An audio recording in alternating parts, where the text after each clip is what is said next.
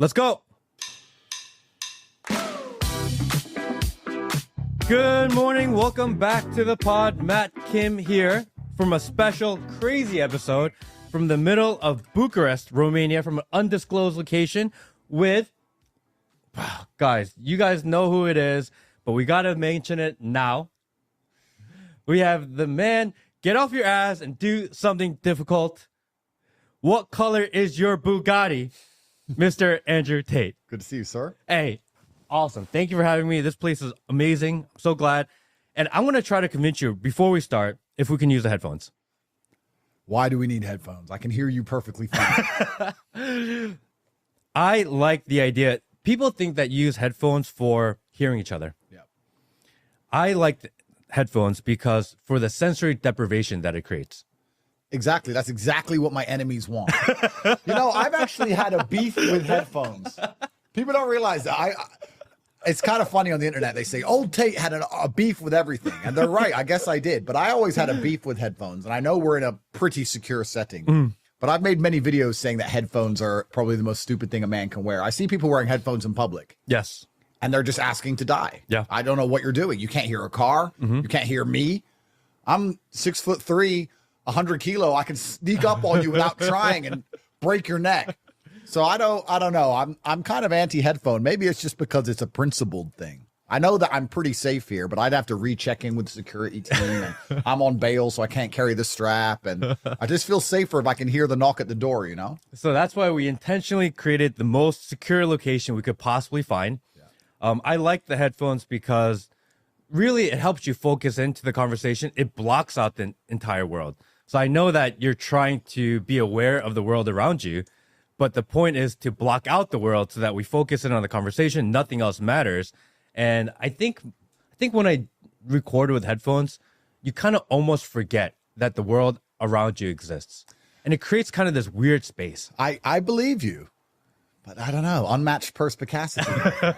I'll think about it. Maybe 10 or 20 minutes in, I might put them on for a little while and test it out. But I think I'll be nervous. And it's kind of crazy because I say these things and people think I'm nuts, but my life's pretty extreme now. Yeah. I mean, at the back of my mind, there's always who's going to knock on the door. Is it going to be the police or is it going to be the other guys? That's always on my mind all of the time. So it's kind of difficult to fully relax. Do you feel like maybe then you're living kind of paranoid? You're paranoid every day until you're right. Huh. I was called paranoid every day until I was arrested. It's true. I kept saying, you have 3 lives. First, they cancel you. Second, they throw you in jail on some garbage. Third, they kill you. And everyone's like, oh, yeah, you're not going to jail. Jail for what? Well, here we go. Yeah, I went to jail. And then people are stupid enough to say, well, just get a lawyer. As if the law is real. As if a lawyer can help. None of it's real. It's all made up. Every single system we live under is corrupted to the core. And if you speak too loud and you get too big, they're going to punish you. It's crazy. I think I've been thinking about this, right? So you've said before multiple times that you think you've been canceled because you were influencing the youth. Yeah. And you were helping them become more masculine. Yeah. And I've marinated and thought about that a while. Like, because as you grow and I'm like watching your trajectory and what happened to you, and all of a sudden my content just went big out of nowhere. I'm like, damn, I kind of have to be considerate to that, right? Yeah. What happened to you? Be careful, sir. Be careful. It could happen to me. And every day I post something, I'm like, this could literally be my last day. I think it every day. Yeah.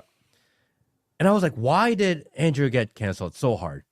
And I've been thinking about it. And I don't think it's because you were influencing the youth. I don't think so. I think it's because you have the largest internet army in the world. And I think because the movement of people behind you, I don't think it mattered if they were masculine or not. You were also teaching them to understand how to use the internet. And I think in the training of an army, they're like, all right, this is over the line. I agree with you. They fear the power. Yeah. They fear the power structure. I'm the bad employee who got a bunch. I started a union now. Yeah. And You're the union rep. I'm the union rep, and they don't like me. I think in life, if you're going to be non-emotional about things, which I try my best to be, I enjoy being emotional on purpose. I will decide to be emotional in certain situations if it makes them more pleasurable. If I'm with my kids, I decide to be emotional, but I can turn it off, and I look at things hyper logically. As a hyper-logical man, I will sit here and say that as unfair as The Matrix has been to me, in many ways, they could have been miles worse. Yeah. I'm not going to lie. I'm going to sit here and say, considering I became the most Googled man on the planet, telling the truth and fighting against their narratives that they've been trying to enforce for a very long time. We said psyops are slow. They've been trying for a very long time to get men to a position where they're apathetic and don't want to be masculine anymore. I've come along and derailed to a degree a lot of their plans in a very short period of time. I've undone years of work in a few short months. I'm surprised I'm alive. I'm not going to lie to you right now. They could have got rid of me much easier. So they've actually been no headphones. They've actually been pretty soft on me considering what they could have done to me. And I think we talk about how it's not because I was influencing the youth to be masculine. It's masculinity they fear the most. I think that is a huge element of it. I would say that if I was teaching people how to make money and I was saying certain things, but I wasn't so strict and so large on the masculine contingent of the personality in regards to the fact you have to stand up and die for what you believe in, I don't think they would have seen me as such a threat. But I think they looked at me and thought, this guy is going to be hard to control. And I'll say it right here on this podcast. I've been offered to shut up. Yeah, we've talked about that before. Which I've been crazy. offered to shut up. Yeah. And many people don't understand that this is how selling your soul works, because I've tweeted before, if they ever kill me, the details on exactly how they ask me to sell my soul will be released. And that's true. But what they effectively do, I'll give you the very sanitized version. They come along with a sponsorship contract. And they come and say, look, we're going to pay you $50 million. Your official opinions are X, Y, and Z. You don't talk about this, this, this. You're going to wear these clothes and you're going to act this way. And you're going to laugh when they make certain jokes about this certain haram crap. And you're going to be this kind of little fruity idiot like all the liberals are. And you're going to get paid all this money. And if anyone asks you about these things, you're going to say this, this, and this. And we're going to protect you. Now, if I got this big telling everyone to chop their dick off and I wore a wig, I never would have gone to jail. Yeah. Never. You'd be really famous. I'd be very famous. I'd be Taylor Swift's girlfriend. Yeah.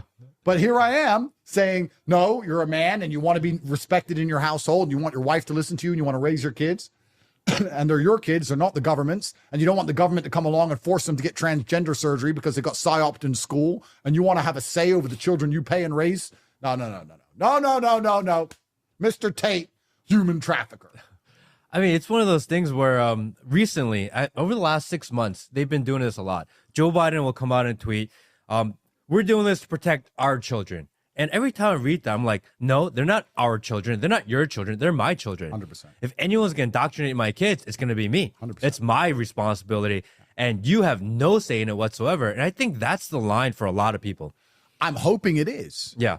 I'm hoping it is, because once they believe, I mean, I'll give you an example of the COVID vaccine. I know we keep going back to COVID. I know it's boring. We've all talked about it a million times, but I think talking about COVID constantly is really important, because that's the moment that a lot of people really woke up to see all the irregularities in the world, to see the lies through the mainstream media. And it's almost like you have to keep on reminding people, because they forgot. It was only 4 years ago. I know. But it seems like another lifetime ago. Yep. You need to remind people that, because 4 years now, leading into the next election cycle, if you forget what they did during COVID and how they used it and weaponized it against you, like, you're not going to see it coming, which they're going to do again, maybe not through a pandemic, but they're going to do something similar this year also. 100%. Constantly have to remind people. 100%. If you're a farmer and you have farm animals, you choose what vaccines and what injections go into that farm animal because you believe it benefits you. And that's what they did with the COVID vaccine. They saw us as nothing more than farm animals. And that's why I refused to get it. There's a lot of reasons I refused to get it. But I remember specifically saying, the government doesn't own my blood. It's my blood. The government can have my passport and my ID number or whatever. It is my blood. And if I get cut, I bleed it and I need it so I can stay alive. It doesn't belong to them. It belongs to me. And I decide what's in it. By extension, not only do they think of you as a farm animal because they get to decide what's in your bloodstream, if you have a farm animal and that farm animal has calves, they see that as their property also. The government sees you as property. You're just one of the ants in the ant farm, one of the cows on the farm, one of the robots in their big corporate machine. And your children belong to them too, in their mind. And they want your children to be good, productive members of the matrix, which means they want to psyop our kids. And that's why that's exactly why they don't want a strong man and a loving wife and a good nuclear family, because you're now competition to their psyop machine. There's something that we talk about a lot, which is normalization of some of the things that happen around us, right? So, for example, why do they allow so much crime in the cities? Yep.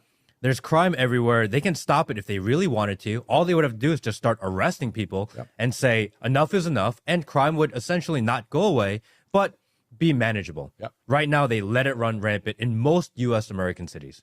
Why is that? And I think it's because they want people that live in the cities to be like, all right, there's so much crime and we don't feel safe. Please, government, can you give us more control? 100%. Please, government, can you surveil us more? Please, government, can you put cameras here? And can you do facial recognition? And can you do digital IDs? Because if they force it on you, people will push back. Of course. If you create a situation where you ask for it, they're like, oh, we're here to help. You're completely right. They're normalizing these things because they're trying to remove the freedom of people and replace it with safety, because all governments have ever wanted since the dawn of human time is control of their populace. Yeah. It's what allows them to be most effective. I'm not going to even be mad at the government. If you're an ant, let's look at it from a business perspective. You have a business, I have a business, right? If I have a business, I have 110 people who work for me. If one of them didn't listen to me, I'd fire him. Yeah.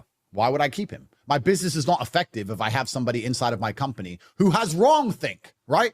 They think wrong. I believe certain ideas. This is my company. And we have this one person here who disagrees with everything I say. That's annoying. I want him to go. That's fair, and everybody would agree with me. Well, now you have to understand why the government hates us. The government wants everyone to comply and obey and do as it says and as it wants so it can run the government how it sees fit. I disagree with that. I am the bad employee. Yeah. I am the person who is annoying to them, especially someone like us, because we have a voice. Not only are we bad employees, we inspire other employees to be bad. Now everyone's listening to us going, wait, he has a point. I don't like this company anymore. I don't like how it runs. That's unfair. That's unjust. Then they want to fire us. But you can't fire us. So you have to put us in jail or teach us a lesson or sue us or take our money or slander us with the media machine. They have to punish us somehow. It's as simple as that. And it's scary. I saw a really interesting video on Twitter the other day about Alicia Keys during the Super Bowl performance. And it was someone recording the TV screen with their phone. And the first note she hit, or one of the first notes, was a sour note. She messed up the note. And then when they watched the video back on YouTube, the note was perfect. Really? They altered history. Wow. And they're saying that that's how scary it is, that if I hadn't seen this in real time with my own eyes, I wouldn't believe she'd missed that note. Yeah. And if I look it up on the internet, she hasn't missed a note. So as far as history is concerned, after I'm dead and this video is gone and everyone forgets in a few weeks from now, as far as history is concerned, her note was perfect. They have altered history. They alter history by controlling the information. That's only a singing note. It doesn't matter. Yeah. But wait till that applies to everything else. And it already has. Every single war you look up, the good guys, the bad guys, who did what, why, who won what war, it's all a lie. Everything's a lie. If the news we get now is a lie, imagine how big of a lie history is. Bro, you want to go down a rabbit hole. Yeah. Every single thing you think you know about the good guys and the bad guys in history, and it's all a lie. So it's scary. So, yeah, I mean, how do we even find a solution to these things? It's extremely difficult. But that Alicia Keys video, for some reason, really concerned me. It made me think, if they can alter history over something as unimportant as a singing note. Well, the crazy part is eventually someone's gonna be like, remember when Alicia Keys missed that note? No, she didn't. And they're like, yeah, no, she didn't. Oh, cancel this guy. This guy's spreading misinformation. Why are you lying about Alicia Keys? Then he'll get a lawsuit, a defamation lawsuit, and he'll end up paying a bunch of money. And he'll say, but I know she sung it wrong. And they say, well, we've looked up the note. It's perfect. Yeah, they will gaslight you. I'll give you an example. I guarantee if you look up the COVID pandemic on Wikipedia, it sounds terrifying. This amount of people died. This many people were locked in their house. You had to get the vaccine. You needed 8 of them, or you were susceptible to a winter of severe illness and death. This many people in this country died. You couldn't travel. You couldn't fly. Borders were locked. People couldn't go to funerals. You couldn't see your grandma. You were stuck in your house. We had to do, you'd look it up in 100 years from now and go, whoa, that was scary. And what was the reality? The reality was I was walking around with no mask on, telling everyone to get fucked, and it was fine. They've altered history. They've literally altered history. The version of history you're going to read, it was nothing like the actual event. So we live in a post-truth world. Yeah. Like, it's besides your own eyes, what can you trust? And that's what's even scary, because there's a huge contingent of the population who don't believe their own eyes. Yeah.